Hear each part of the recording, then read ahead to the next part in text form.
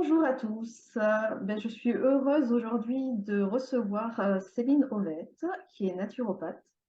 Et nous allons parler aujourd'hui d'un sujet qui m'intéresse moi particulièrement, mais je pense qu'il intéresse énormément de femmes. Oui, on va parler que des femmes aujourd'hui, puisqu'il s'agit de la préménopause. Cette partie tu vas mieux le dire tout à l'heure, Céline, mais on va dire entre 40 et 50 ans à peu près, hein, c'est à peu près ça euh, qui précède la ménopause. Céline, je vais te laisser te présenter d'abord, dire qui tu es, ce que tu fais, et puis après, on déroulera nos petites questions sur la préménopause. Très bien, bonjour Laure, merci de m'avoir invitée pour parler de ce beau sujet qu'est la préménopause. Donc comme tu l'as dit, donc effectivement moi je suis praticienne naturopathe. Je suis aussi réflexologue plantaire. J'ai aussi d'autres certifications à mon actif, notamment en physionutrition, en phytothérapie, en fleurs de bac aussi. C'est vrai qu'on n'arrête jamais de, de se former dans nos métiers. Et pour ma part, eh bien moi, j'accompagne les femmes finalement de la puberté à la ménopause, puisque je me suis vraiment spécialisée sur ce sujet-là, sur le sujet du bien-être féminin, des problématiques hormonales. Donc voilà, c'est passionnant. Et donc j'accompagne les femmes à travers toutes ces périodes, tous ces petits désagréments avec grand plaisir en leur proposant voilà, pas mal d'outils. Voilà. Alors du coup, on va bien parler de la préménopause. Est-ce que tu peux nous en donner une définition, toi? Parce qu'on entend tout, un peu tout et rien là-dessus. Qu'est-ce que c'est exactement la préménopause? Alors la préménopause, en fait, effectivement, ça va revêtir plusieurs réalités selon un petit peu comment on voit les choses. Par exemple, aux États-Unis, ils considèrent que la préménopause, finalement, c'est toute la période avant la ménopause. Donc, quelque part, ça commence presque après la puberté, en fait, hein. C'est vraiment, on passe de la D'accord. puberté à cette période de préménopause qui est juste la période avant les règles. Il y a vraiment plusieurs réalités comme ça. Alors, si on replace ça plutôt un petit peu dans la dynamique hormonale, etc., on va distinguer effectivement la période de la préménopause, à peu près 5 à 10 ans avant l'arrivée de la ménopause. Donc, l'arrivée de la ménopause, l'âge moyen, c'est à peu près de 51 ans. Donc, ça veut dire qu'à partir de 40 ans, concrètement, on rentre en préménopause. Ensuite, on va distinguer une autre période qui va être la périménopause. Donc là, on va être 3 à 5 ans avant l'arrêt des menstruations. Donc, on va dire à peu près à partir de 43 45 ans. Puis, on a la ménopause qui, elle, est un constat, hein, c'est-à-dire qu'on va constater une absence de menstruation sur une durée consécutive de 12 mois. Et à partir de ce constat, eh bien, on rentre dans la post-ménopause pour le restant de notre vie. Donc, c'est vrai que ces termes-là, encore une fois, selon les praticiens, selon les différentes approches, il y a des personnes qui ne considèrent pas du tout la préménopause, qui vont uniquement parler de périménopause, des personnes qui vont utiliser le terme de préménopause pour parler à la fois de préménopause et de périménopause. Donc, c'est pour ça que moi, je recadre toujours les choses en disant, voilà, ce que j'appelle la préménopause, c'est cette phase qui commence 5 à 10 ans avant l'arrêt des menstruations. La périménopause, c'est 3 à 5 ans. La préménopause, c'est un constat et on passe ensuite dans cette période post-ménopause. Voilà. Est-ce que c'est bien clair pour toi? C'est très clair parce que du coup, voilà, je me suis trompée quand j'ai présenté tout à l'heure en disant, moi, c'est de 40 à 50 ans. Donc, entre 40 et 50 ans, il y a vraiment enfin 40, on va, voilà, hein. Il y a vraiment deux périodes, la préménopause, puis la périménopause. C'est ça. Mais encore une fois, enfin, faut pas dire que tu te sois trompé, puisque, encore une fois, selon les approches, selon les praticiens, on peut mettre sous ce terme de préménopause un petit peu ce qu'on veut, finalement, hein. Donc, On va essayer de parler un petit peu des deux. Euh, Quels sont les symptômes d'abord de la préménopause, puis les symptômes de la périménopause? Qu'est-ce qui va les distinguer finalement, ces deux parties, ces deux moments de vie? alors ça, c'est une bonne question, parce que moi, c'est justement aussi un peu en essayant de catégoriser ça que je mets en place les protocoles derrière pour accompagner les femmes. Alors, en fait, si on dézoome un petit peu et qu'on revient un peu sur la mécanique on va dire, du cycle ovulatoire, il faut savoir qu'on vient à la naissance en tant que femme avec un stock de follicules au sein de nos ovaires qui est à peu près de 2 millions à la naissance. Il est plus que de 500 000 à la puberté et il va tomber à 300 000 à l'âge adulte. Et au moment de la ménopause, bien sûr, il n'y a plus rien, on a épuisé ce stock, ce qui explique pourquoi on ne parvient plus à ovuler. Et donc, quand on arrive vers l'âge de 35-40 ans, eh bien, ce stock, il a bien fondu. Et donc, même si on arrive tout de même à ovuler et qu'on a des ovulations régulières et des cycles réguliers, ces ovulations vont être beaucoup moins qualitatives. C'est-à-dire que la sécrétion de progestérone qui va découler de l'ovulation va être moins quantitative et moins qualitative. Or, tu as dû me voir à plusieurs reprises faire mes petits gestes de balance. Quand on parle du cycle ovulatoire, du cycle féminin, il faut savoir qu'un cycle qui se passe bien, c'est un cycle où on va avoir un niveau de progestérone qui va être équilibré par rapport à celui de progestérone. Alors, plus que des niveaux, c'est plutôt même un rapport entre les deux, mais pour simplifier la discussion, on va parler de niveaux. Donc, en première partie de cycle, on va avoir une dominance, on va dire, des œstrogènes qui vont permettre effectivement aux follicules de maturer et de permettre effectivement la préparation de l'ovulation. Et au moment de l'ovulation, on synthétise la progestérone.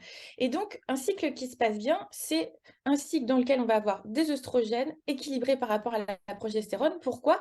Parce que ces deux hormones sont antagonistes, c'est-à-dire que les effets de l'une sont contrecarrés par les effets de l'autre. Par exemple, quand les œstrogènes sont les hormones qui vont retenir l'eau dans les tissus, qui sont responsables de l'hydratation de la peau des tissus, eh bien la progestérone, elle, c'est un antidiurétique. Donc elle va chasser l'eau. Donc, par exemple, quand une femme a de la rétention d'eau, c'est souvent qu'il y a un excès d'œstrogène et au contraire qu'il n'y a pas assez de progestérone. Quand, par exemple, une femme a des règles abondantes, ça veut dire là encore que les œstrogènes qui sont responsables de la prolifération de la muqueuse utérine en première partie de cycle, eh bien, sont peut-être un peu abondants par rapport à la progestérone qui, elle, justement, limite la prolifération et va même entraîner la chute de cette muqueuse utérine s'il n'y a pas de grossesse. Donc, on va dire tous les effets des œstrogènes sont contrecarrés par ceux de la progestérone. Donc, un cycle qui se passe bien, encore une fois, on a ces deux niveaux qui sont équilibrés, en tout cas un rapport. Qu'est-ce qui se passe au moment justement de la préménopause vers 35-40 ans? Comme je l'ai dit tout à l'heure, on a une baisse effectivement du stock de follicules, mais aussi la synthèse de progestérone qui va en découler, qui va être moins quantitative et moins qualitative. Et donc, qu'est-ce qui va se passer si on considère, pardon, que ça, c'est nos œstrogènes et ça, c'est notre progestérone? Eh bien, on va se retrouver avec des œstrogènes qui vont être potentiellement dominants par rapport au niveau de la progestérone.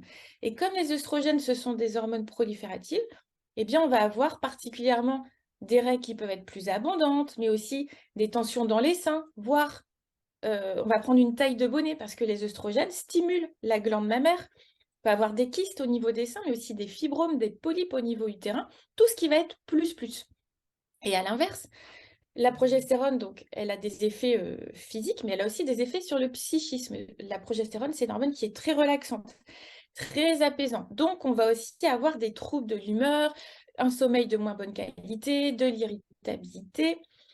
Et voilà un petit peu le tableau de la préménopause. On va d'un côté avoir du plus avec rétention d'eau, prise de poids, seins qui gonflent, tension dans les seins, règles plus abondantes, etc. Et on va commencer à avoir des troubles de l'humeur liés à la baisse de la progestérone, mais pas que, c'est lié aussi à la dominance des œstrogènes, puisque ce sont des vases communicants. Donc ça, c'est vraiment le tableau assez typique de la préménopause, et ce tableau peut être exacerbé ou arriver même dès l'âge de 35 ans en raison d'autres facteurs, notamment le stress, parce que le cortisol, qui est l'une des hormones du stress, va avoir la faculté de venir, on va dire, diminuer la synthèse de la progestérone, donc ça va accentuer en fait la dominance œstrogénique.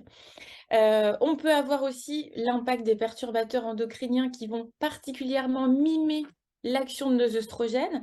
Et il y a beaucoup de femmes, en tout cas moi je vois beaucoup dans mes rendez-vous, qui dès l'âge de 30-35 ans finalement, se retrouvent déjà dans un climat de dominance œstrogénique qui est assez typique finalement de la préménopause. Et il y a plein de choses qui me sont venues à l'idée là quand tu en as parlé. Et je me suis dit, bon, moi j'ai eu des enfants très tard et bien sûr, je n'ai pas pu avoir mon fils naturellement parce que je suis passée par une PMA. Et je me dis, ben, je l'ai eu tard, c'était peut-être une des raisons. Après, je me suis dit, bah, 40 ans, je comprends la crise de la quarantaine des fois. Et bravo messieurs pour nous supporter finalement à 40 ans, quoi, avec ces changements d'humeur. Et, mais du coup, voilà, tu en parles en disant que ça commence dès 30 ans finalement. C'est, Du fait du monde dans lequel on vit aujourd'hui, oui, avec le stress chronique, ces perturbateurs endocriniens, ça arrive de plus en plus tôt, tout à fait. juste sans faire, parce que tu as fait une super masterclass là-dessus, et d'ailleurs, si les gens sont intéressés, qu'ils aillent te l'acheter parce qu'elle est vraiment super sur les perturbateurs endocriniens. Est-ce que tu peux nous, en tout petit, rappeler ce que c'est exactement? Parce que c'est quelque chose, moi, j'ai découvert et je sais que ça touche pas que pendant la périménopause, mais vraiment de la naissance jusqu'à la vieillesse, quoi. Rappelle-nous juste un petit peu ce que c'est que les perturbateurs endocriniens. Alors, les perturbateurs endocriniens, c'est des molécules chimiques qu'on va retrouver à peu près partout. Les cosmétiques, les produits ménagers, les plastiques, les produits de déco, tous les produits qui sentent bon, etc. Il y en a partout, même dans les ordinateurs, les écrans de télé. Et en fait, c'est des molécules qui vont avoir la capacité de mimer l'action de nos hormones et particulièrement de nos œstrogènes. C'est-à-dire qu'ils vont se comporter comme nos œstrogènes, de sorte qu'ils vont venir se fixer sur les récepteurs hormonaux. Et le problème, c'est qu'ils vont délivrer un message, mais qui ne va pas être le bon, pas au bon moment, pas à la bonne fréquence. Ils peuvent se lier aussi à des protéines de transport qui sont, elles, chargées de transporter nos hormones sur leur lieu de travail quelque part. Donc, quand le taxi arrive et qu'il est déjà rempli de perturbateurs endocriniens, nos hormones naturelles ne peuvent pas monter dedans et elles restent sur le carreau. Et c'est les perturbateurs qui vont aller faire le travail à la place, mais encore une fois, il va être très très mal fait. Et puis surtout, ces perturbateurs endocriniens, on peut les transmettre aux générations futures. Ça a été le cas du Distilbène, hein, notamment dans les années 60-70, qui était un perturbateur endocrinien, qui était un médicament destiné initialement à réduire le risque de fausse couche. Et puis surtout, il y a deux choses très importantes sur ces perturbateurs endocriniens, c'est que la dose ne fait pas le poison. C'est-à-dire qu'une très faible exposition, mais minime, peut avoir des conséquences dramatiques, pas forcément immédiates, mais encore une fois retardées dans le temps pour soi ou pour la génération qui vient. Et puis surtout, aujourd'hui, on ne connaît pas l'impact de l'effet cocktail de ces perturbateurs endocriniens. C'est-à-dire que certains ont été étudiés au cas par cas, certains. Il en existe qui ont été mis en circulation et qui n'ont même pas été testés chez les humains. Mais surtout, aujourd'hui, on baigne dans un tel bain finalement effectivement de perturbateurs endocriniens parce que si on prend par exemple une femme qui utilise une dizaine, quinzaine de cosmétiques par jour et que vous additionnez la liste des ingrédients au dos de tous ces produits, vous êtes exposé à peu près 300-400 molécules biochimiques par jour, rien que dans votre salle de bain, sans compter les plastiques, le matériel de cuisson, ce qui se trouve dans la voiture. Donc il faut imaginer qu'aujourd'hui, on est incapable de prédire quel est l'effet de tout ça. Et pour autant, c'est en vente, enfin je veux dire c'est dans les produits de consommation courante et ça perturbe la vie dès le fœtus en fait, hein. C'est-à-dire que la contamination par la maman peut impacter le fœtus et il y a plusieurs périodes de vulnérabilité, la vie intra-utérine, donc en gros les 1000 premiers jours du bébé, la puberté, la ménopause aussi, qui sont des périodes vraiment de grande vulnérabilité à ces substances. J'ai essayé de faire court, hein, mais Non, mais c'est pour ça que je dis que franchement, tu as une masterclass là-dessus qui est vraiment super, donc il faut aller la voir. Et je voulais juste en parler parce que je trouve que c'est important. Comme je dis, j'ai vraiment découvert ça, moi, pas si longtemps que ça, et je me suis dit, waouh, mince. Et du coup, bah, je fais plus attention dans la nourriture, je fais plus attention, mais on ne peut pas faire attention à tout parce que finalement, bah, comme tu dis, dans les écrans d'ordinateur, il y a, et c'est mon écran de travail, quoi. Donc, très ouais, c'est compliqué. ça, ils sont vraiment partout et c'est un vrai problème de santé publique. Et moi, enfin, ce qui me fait halluciner, et je ne suis pas la seule, hein, mais c'est que c'est un vrai souci, un vrai problème de santé publique et on ne fait rien, ni pour les interdire, ni pour réglementer, ni pour imposer aux industriels voilà, des choses un peu plus... parce que oui, bien sûr, il y a les pesticides aussi, j'en ai pas parlé, mais c'est la Oui. première source évidemment de contamination. Mais il n'y a pas que ça et on ne fait rien. Donc, il ne faut pas s'étonner qu'il y ait autant de troubles hormonaux chez les femmes parce qu'en tant que femme, on va être très sensible, nous, contrairement aux hommes, au niveau de notre système hormonal, justement à ces perturbateurs endocriniens. C'est ce qui explique en partie aussi toutes les malformations qu'il peut y avoir à la naissance chez les petits garçons, chez les petites filles. C'est ce qui peut aussi perturber les histoires de genre aussi, hein. Ça, il y a des études aussi très poussées là-dessus et c'est le professeur Christian Vélo que je connais un petit peu qui en a beaucoup parlé, en tout cas qui a étudié des choses là-dessus. Donc, c'est pas anodin et en tout cas, il y a une vraie réalité derrière voilà, de perturbation du système hormonal. Ouais. On va revenir sur notre sujet, mais je voulais vraiment en parler parce que je trouve que c'est intéressant. Donc, périménopause, préménopause, on a vu les symptômes. Euh, je ne sais pas comment expliquer ça, mais une femme aujourd'hui, est-ce qu'elle doit rien faire et vivre sa vie comme ça, ou est-ce qu'il y a des choses à faire qui peuvent être intéressantes justement je vais te parler à toi, la naturopathe, là aujourd'hui, hein, mais intéressant à faire pour justement ben, éviter certains troubles, calmer certains troubles. Qu'est-ce qui peut être intéressant à faire? Alors, il faut aller voir, chacune, on est différente, mais grosso modo, quelles sont les choses importantes? Alors, c'est vrai que les femmes sont pas logées toutes à la même enseigne face Voilà. à la ménopause. Pour certaines, ça va passer crème comme une lettre à la poste, il y aura quasiment pas de symptômes. Et pour d'autres, ça va être l'enfer. Et moi, j'aime dire qu'une ménopause qui se passe bien, c'est une ménopause qui se prépare. Et effectivement, dès 40 ans, bah, on commence à sentir certaines choses avec cette histoire de préménopause dont on parlait tout à l'heure. Et donc, la quarantaine, c'est le moment, on va dire, idéal pour se reprendre en main, si on avait un peu lâché les choses et déjà reprendre en main son alimentation. Pourquoi? Parce que avec l'âge et l'arrivée de la ménopause qui se profile, il va y avoir une baisse du métabolisme et on va avoir tendance à produire du gras plus que du muscle. Donc, on va avoir la silhouette qui va se transformer, donc qui va s'arrondir un petit peu. Sans compter que le tissu gras, le tissu adipeux lui-même sécrète des œstrogènes, donc ça vient encore une fois rajouter dans notre balance. On va grossir beaucoup plus facilement aussi.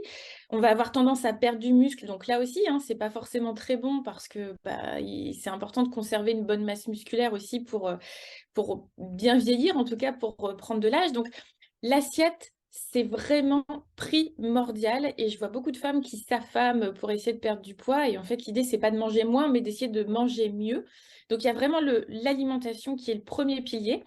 L'activité physique qui va être le second pilier, c'est vraiment ultra important de là encore, remettre à l'activité physique si on n'en faisait pas, ou de s'y mettre en tout cas, on va dire en optimisant un petit peu son programme d'entraînement.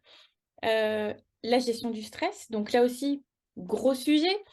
Il y a beaucoup de choses, de réalité derrière ces termes de gestion du stress. Qu'est-ce qu'il faut faire exactement? Mais donc, c'est à chacune de voir en fonction de la charge de stress que l'on vit. Mais le stress, encore une fois, il vient là aussi baisser le niveau de la progestérone, ça va engendrer des pulsions de sucre, ça va engendrer des troubles du sommeil. Et le sommeil, c'est aussi un pilier qui est très important puisque beaucoup de personnes vont considérer que le sommeil est un temps mort. Or, il se passe énormément de choses pendant que nous dormons. Les phénomènes de détox, mais aussi les régulations hormonales. Enfin, il y a les synthèses de neurotransmetteurs. Donc, l'alimentation, l'activité physique, la gestion du stress et le sommeil, c'est vraiment les 4 piliers qu'il faut essayer de travailler à partir de 40 ans si on veut prendre de l'âge en santé, en beauté et puis en gros essayer de passer la ménopause sans trop d'encombre. Oui. On va essayer de reprendre les quatre. Une assiette, l'assiette idéale, c'est quoi? Alors, l'assiette idéale qui convient à peu près à tout le monde, et ça, il y a beaucoup on va dire, de praticiens ou en tout cas d'écoles qui convergent là-dedans, c'est la moitié de légumes. C'est-à-dire que les légumes, c'est plus un accompagnement, mais c'est l'élément principal de l'assiette. Pourquoi? Parce qu'il y a des fibres, il y a des antioxydants, des vitamines, des minéraux. Un quart de protéines. Là encore, il faut manger suffisamment de protéines, c'est hyper important. C'est à peu près 1 gramme par kilo de poids par jour. Donc, une femme de 60 kilos doit consommer à peu près 60 grammes de protéines par jour. Et 60 grammes de protéines, ce n'est pas 60 grammes de blanc de poulet, hein. Dans 100 grammes de blanc de poulet, je crois que il y a entre 25 et 30 grammes de protéines. Donc, c'est pour D'accord. donner un petit peu une idée de ce qu'il faut manger. Alors, encore une fois, il n'y a pas que des protéines animales, il y a aussi des Bien protéines sûr. végétales, mais il faut viser voilà, un quart de protéines dans l'assiette et puis un quart de féculents plutôt à IG bas, c'est-à-dire qu'ils vont avoir une propension à augmenter la glycémie qui va être plus basse que, par exemple, d'autres aliments. Donc, pour faire simple, tout ce qui est IG bas, c'est un peu tout ce qui va être complet, semi-complet, hein. Donc, si on peut remplacer le riz blanc par un riz semi-complet ou les pâtes blanches par des pâtes semi-complètes ou complètes, c'est mieux. Et donc, ce type d'assiette, c'est idéal. On n'oublie pas d'ajouter une bonne source de matière grasse. Donc, ça peut être un filet d'huile, une cuillère de houmous, un demi-avocat, ce genre de choses. Et puis, de bien s'hydrater, bien sûr. Oui, on est d'accord. Deuxième point, tu nous as parlé activité physique. Oui, l'activité physique. Alors, la sédentarité aujourd'hui tue plus que le tabac. Alors, c'est pas moi qui le dis, hein, mais c'est le président de l'Observatoire de la sédentarité. En fait, la société est malade de ne pas assez bouger. Chez les enfants, c'est dramatique. L'impact des écrans, enfin voilà, tout ce qui est indoor aussi. Enfin bref, j'en ai fait les frais ce week-end, mais avec ma fille sur un autre sujet. Mais dans l'idée, voilà, aujourd'hui, on a beaucoup d'outils qui nous facilitent le travail. Alors, les machines à laver, évidemment. Il faut savoir que nos grands-mères, elles lavaient pour certaines encore le linge à la main. Il y avait une dépense énergétique, en fait, qui était beaucoup plus importante il y a encore 40 ans. Aujourd'hui, on nous a beaucoup facilité la vie avec les escalators, les ascenseurs. C'est très bien pour gagner du temps, mais par contre, on ne bouge plus. Et ça, c'est dramatique parce que le corps, il est fait pour bouger, porter, soulever. Donc ça permet d'augmenter la dépense énergétique. Ça permet, encore une fois, de garder une bonne silhouette, etc. Mais ça produit aussi tout un tas de molécules qui sont essentielles à notre bien-être. Et donc, il faut effectivement remettre du mouvement dans son quotidien. Donc, moi, je préconise à mes consultantes, et j'essaye de le faire, bien sûr, mais c'est de marcher un minimum de 10 000 pas tous les jours. Ça doit vraiment être un non négociable. C'est vraiment la base, 10 000 C'est pas pas. simple. Et c'est pas simple. C'est pas simple parce qu'on a toujours quelque chose à faire, il y a toujours une urgence, ça dépend des conditions météo, de tout un tas de choses. On se trouve toujours des excuses. Mais c'est vrai que 10 000 pas, c'est la base. Et puis, ce qui est idéal, c'est d'aller intégrer, on va dire, 2, 3 sessions où on va mixer du cardio, mais aussi du renforcement musculaire. Ouais. Et ça va vraiment permettre de booster en plus le métabolisme et de travailler un petit peu sur tous les plans au niveau physique. Et ça, c'est important. C'est pas énorme, mais c'est très compliqué effectivement à caser dans nos emplois du temps modernes surchargés. Je vais faire une toute petite parenthèse parce que tu en as parlé sur ton Instagram. Désormais, tu as un bureau debout. Est-ce que ça J'en change un suis petit de... peu? Oui, ça se voit. Moi, je suis Oui, bien oui. assise, par contre, ça se voit aussi. Est-ce que ça change beaucoup? Alors oui, exactement. Ça, c'est un exemple typique. Donc effectivement, moi, je travaille beaucoup avec les consultations et tout ce que je fais. Et donc, je suis beaucoup assise. Et j'en pouvais plus, en fait, d'être assise comme ça. Donc, je me suis offert, effectivement, pour mon anniversaire, un bureau debout que j'ai la possibilité donc de lever ou d'abaisser. Et donc, je fais toutes mes consultations, mes visios, tout ça, je le fais debout. Et en effet, pour moi, ça change énormément. Alors déjà, au niveau de la posture, même au niveau de l'énergie, comment je m'exprime, je m'aperçois que je m'exprime absolument pas de la même manière debout que quand je suis assise. Et effectivement, ça me permet de réduire mon temps d'assise. Et quand je suis debout, des fois, je suis sur une jambe, des fois, voilà, je bouge un peu les jambes en dessous. Donc, mine de rien, le fait d'éviter la position assise, et même si je suis debout, plus ou moins statique, ça change énormément de choses. Je me sens moins fatiguée, enfin, je me sens déjà voilà, avec beaucoup plus d'énergie.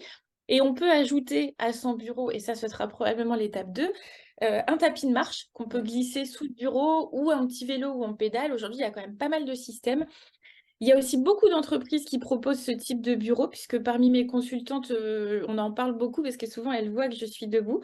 Et elles me disent aussi qu'il y a beaucoup d'entreprises qui font des efforts et qui mettent en place des budgets pour proposer des bureaux debout à leurs salariés. Alors souvent, il n'y en a pas un par personne, mais il y en a 2, 3 pour un plateau et chacun vient utiliser le bureau selon ses besoins. On Et peut oui, déjà ça pas mal. change beaucoup de choses. On a moins mal aux jambes, moins, voilà, on a une meilleure circulation. Enfin voilà, c'est des petites choses.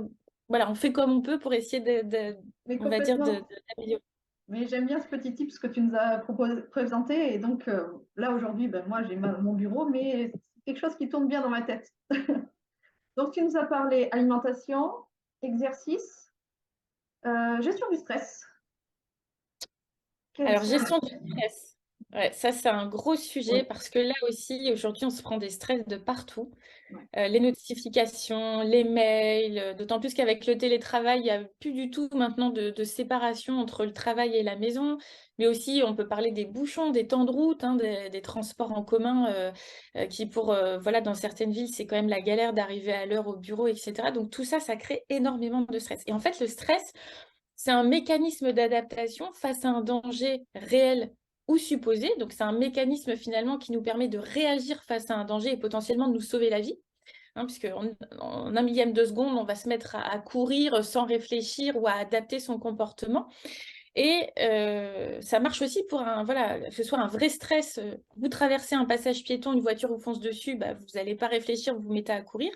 Mais un stress supposé ou lancinant, hein, de la pression qu'on vous met pour rendre un travail dans les temps, etc., ça va engendrer toute une cascade de réactions dans l'organisme qui, là encore, vont avoir des effets délétères à moyen, long terme. Et donc, l'idée, c'est effectivement d'essayer de prendre un peu de recul. Déjà, je crois que le premier conseil, c'est que nos vies sont beaucoup trop remplies. On essaye toujours d'en faire trop sur une journée. Donc, c'est l'impact des to-do list à rallonge, comme j'aime bien les nommer. Et ça, c'est vraiment désastreux, et notamment pour les femmes, parce qu'on va quand même pas se le cacher. En tant que femme, on a quand même une charge mentale entre bah, le travail, les enfants, pour celles qui en ont, la gestion de la maison, même si les hommes s'impliquent de plus en plus, et il faut le heureusement. reconnaître, Mhm. il y a quand même beaucoup de sujets qui incombent encore aux femmes, même si, encore une fois, voilà, je le répète, hein, il y a quand même du partage de tâches ménagères et de garde d'enfants, je suis tout à fait d'accord, mais il y a quand même aujourd'hui beaucoup de sujets qui sont encore gérés par les femmes, donc c'est très compliqué. Et ça, c'est vraiment primordial, donc il faut essayer de voir un petit peu, eh ben, voilà, est-ce qu'on peut s'alléger de certaines choses, est-ce qu'on peut se faire aider sur certaines choses. Euh, Qu'est-ce qu'on peut faire? Alors, il y a plein de techniques là aussi pour gérer son stress. Il faut voir ce à quoi on est réceptif. Bien Hein, il y sûr. a la sophrologie, la méditation. On peut avoir l'olfactothérapie aussi avec les huiles essentielles, la cohérence cardiaque. Il y a plein de choses pour essayer quelques minutes dans la journée de se recentrer un petit peu sur soi et de lâcher un petit peu le fardeau qu'on a parfois l'impression de porter sur les épaules, puisque, encore une fois, ça c'est je pense avec les perturbateurs endocriniens, probablement les deux causes majeures de déséquilibres hormonaux chez les femmes. Ouais. Aïe, aïe, aïe. Et le quatrième, alors, celui-là me concerne un petit Le peu plus sommeil. énormément, le sommeil. Alors, le sommeil. Alors là aussi, c'est un gros sujet. Alors, déjà, un petit chiffre qui a le don, je trouve, de poser les choses, mais il y a des études qui ont été faites, des statistiques. Il faut savoir qu'une femme sur deux, passée 40 ans, dit avoir un mauvais sommeil. Donc, c'est-à-dire soit des difficultés d'endormissement ou des insomnies très régulièrement. Donc, comme je vous l'ai dit tout à l'heure, ça peut être lié à la baisse de la progestérone, qui est une hormone apaisante, relaxante. Donc, il faut aussi travailler là-dessus, c'est-à-dire bah, pourquoi bah, le stress, etc., tout ce qu'on a déjà évoqué. Mais là encore, sur le sommeil, dans mes consultations, je pose souvent la question de savoir ce que font les gens avant de s'endormir. Souvent, bah, évidemment, c'est la télé, les séries. Quand la télé n'est pas dans la chambre, alors là, c'est ce qu'il y a de pire, je pense. Donc là aussi, les écrans, la lumière bleue qui va venir quelque part disrupter un peu la production de la mélatonine, qui est l'hormone du sommeil. Le fait de ne pas être assez actif dans la journée, hein, de ne pas avoir une dépense physique suffisante, de ne pas s'exposer suffisamment à la lumière, parce que là encore, pour que la mélatonine, l'hormone du sommeil, soit bien synthétisée, ça suppose qu'on ait pris la lumière dans la journée, et notamment qu'on ait aussi une bonne sécrétion de sérotonine qui va être le précurseur de cette fameuse mélatonine. Et pour ça, on a besoin de prendre un maximum de lumière naturelle. Et comme dirait Pierre Rabhi, on passe d'une boîte à une autre, hein, entre la maison, la caisse, la voiture, enfin voilà. On est tout le temps dans des endroits clos et ça aussi, c'est un vrai souci voilà, de ne pas prendre assez de lumière, au-delà du fait que ça induit aussi des carences en vitamine D par ailleurs. Mais Donc voilà, donc pour avoir un bon sommeil, c'est important de s'exposer suffisamment à la lumière du jour, à la lumière naturelle, d'avoir une dépense physique qui soit suffisante, d'avoir on va dire une bonne sécrétion de sérotonine qui va être liée à différents paramètres, mais notamment à l'alimentation aussi, à l'exposition à la lumière, de bien gérer son stress, bien sûr, puisque là aussi, si on a une mauvaise gestion du stress, bah, souvent tout ça, ça ressort le soir et la nuit. D'éviter d'être trop exposé aux écrans et notamment à la lumière bleue. Et puis d'essayer d'avoir voilà, des activités qui vont être apaisantes et relaxantes avant de s'endormir. Mais ça, c'est vraiment, encore une fois, un pilier qui est souvent négligé parce que comme on essaye toujours de faire rentrer de plus en plus de choses dans nos journées, on va souvent rogner sur le temps de sommeil. Or, si on ne dort pas assez, il n'y a rien y a rien qui va. J'ai envie de rajouter quelque chose à ce que tu dis parce que ça m'a touchée et que depuis 2 mois, j'ai retrouvé un sommeil correct. C'est qu'on a découvert que j'avais de l'apnée du sommeil. Et ça, on n'est pas toujours au courant parce que qu'on vive seul, alors quand on vit seul, c'est encore pire parce qu'il n'y a personne pour vous le dire. Euh, et ça, moi, d'avoir quelque chose, ça m'a changé la vie, quoi. Et de dormir, j'ai jamais dormi beaucoup hein, dans ma vie. Hein. Même jeune, je dormais 7-8 heures. Donc aujourd'hui, je ne vais pas dormir 10 heures, ça c'est clair. Mais j'arrive à dormir les 7-8 heures d'affilée en dormant. Et ça, c'est aussi un. J'aimerais bien un jour en parler parce que l'apnée, c'est quelque chose dont on ne parle pas souvent et qui peut être dur pour le sommeil. Voilà. Oui, tout à fait. C'est vrai que moi, je pose souvent la question à mes consultantes aussi de savoir effectivement si elles ronflent ou si elles ont quelqu'un qui ronfle à côté, si elles dorment avec leur animal de compagnie, est-ce qu'elles dorment bien dans le noir, la température de la pièce, et si elles-mêmes, elles ronflent, en tout cas si on leur a déjà dit. Et auquel cas, effectivement, l'apnée du sommeil, il faut consulter C'est ça. euh, et traiter le problème, puisque au-delà des problématiques de sommeil, ça peut aussi augmenter le risque de faire un infarctus, le risque d'AVC, le risque de crise cardiaque. Donc, ça impacte aussi beaucoup le système cardiovasculaire. Et ça, il ne faut pas rigoler avec ça, parce que justement, au moment de la ménopause, du fait de l'arrêt de la sécrétion des œstrogènes par les ovaires, le risque pour les femmes de développer une maladie cardiovasculaire va rattraper le niveau des hommes alors qu'on est plutôt protégé par justement ces fameux œstrogènes tout au long de notre vie reproductive. Donc, c'est vraiment effectivement le genre de sujet qu'il ne faut pas mettre sous le tapis et qu'il faut traiter. Je voulais juste en parler parce que voilà, ça m'a touchée et j'ai retrouvé un sommeil. Je ne vais pas dire que c'est parfait tous les jours, mais voilà. Et on oublie souvent, on dit oui, quand on a de l'apnée, on a ce super masque. Non, moi, j'ai pas du tout un masque, j'ai juste une orthèse à mettre dans la bouche. Ça va très bien. Mon mari ne voit rien du tout et moi, je dors super bien, quoi. Voilà.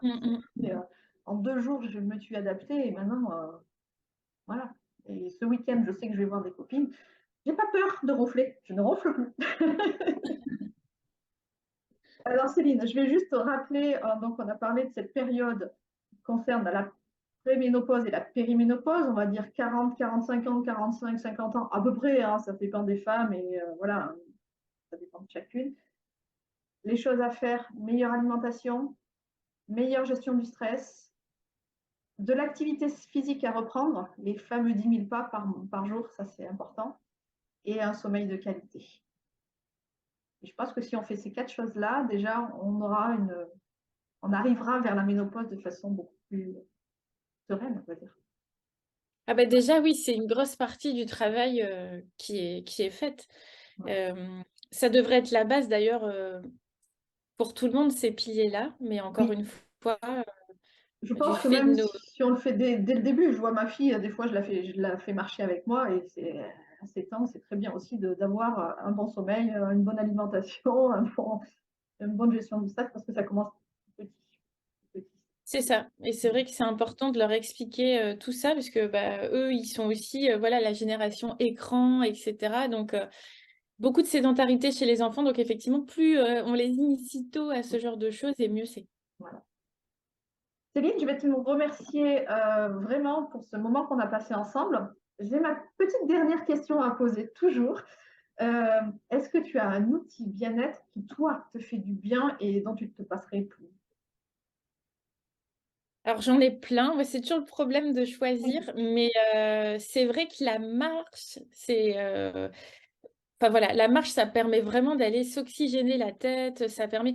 En fait, c'est ça, c'est que il y a un proverbe, alors je ne saurais plus le répéter exactement, mais ça dit que quand on en a trop dans la tête, il faut équilibrer par les jambes. Et à l'inverse, quand on a les jambes, on a un peu, voilà, on ne tient pas en place, il faut se mettre du plomb ici. Donc ça veut dire quoi? Que moi, quand je vois que voilà, je suis un peu au bout là ici, que je suis stressée dans ma tête, etc., je vais plutôt faire quelque chose de physique pour redescendre un petit peu dans le corps. Et à l'inverse, quand je tiens pas en place, etc., je vais plutôt faire une activité plus D'accord. intellectuelle pour me poser, comme lire ou pourquoi pas même regarder une série, hein, ça m'arrive aussi. Mais l'idée, c'est vraiment d'essayer de voilà, de bien comprendre ces vases communicants-là, mais c'est vrai que souvent, ouais, le fait de sortir en campagne, d'aller marcher sans écouteurs, sans rien, juste de se concentrer sur son souffle et regarder un petit peu ce qui se passe autour de soi, ça fait vraiment du bien, vraiment. Et même pour les gens qui sont en ville, parce que je pense, moi qui ai habité à Lyon, eh ben, aller marcher, aller dans des parcs, ça fait aussi du bien. Voilà. Tout à fait. On n'habite pas tous à la campagne, malheureusement, Non, c'est vrai, c'est vrai, c'est vrai. mais voilà. Mais c'est possible encore de le faire aussi. Et puis pareil, quand on habite en ville, marcher pour aller jusqu'à son boulot, ben, voilà, c'est peut-être plus intéressant que de prendre le tram, le métro. Voilà. Merci énormément, Céline, pour ce moment passé à tes côtés. Merci pour tout ce que tu nous as apporté. Et puis, ben, j'espère qu'on va se retrouver très bientôt, ça j'en suis sûre, il n'y a pas de souci. Je noterai dessous la vidéo où c'est qu'on te retrouve, donc surtout sur Instagram. Euh, et puis, tu fais des conférences par-ci, par-là. Tu as écrit des livres super intéressants sur le SOPK. Je ne vais pas rentrer dedans là maintenant, mais si ça intéresse certaines personnes, le livre est super bien fait. Et voilà. Il y a Bah, autre écoute, chose à ajouter? merci à toi pour C'est de ton rien. invitation. Et en effet, quand il s'agit de, on va dire, de parler du bien-être féminin, des problématiques hormonales, j'essaie toujours de répondre présente. Donc, merci de m'avoir Ah ben, de invitée. rien. C'était un grand plaisir de t'avoir en tout cas. Merci. Merci beaucoup et puis à bientôt. À bientôt.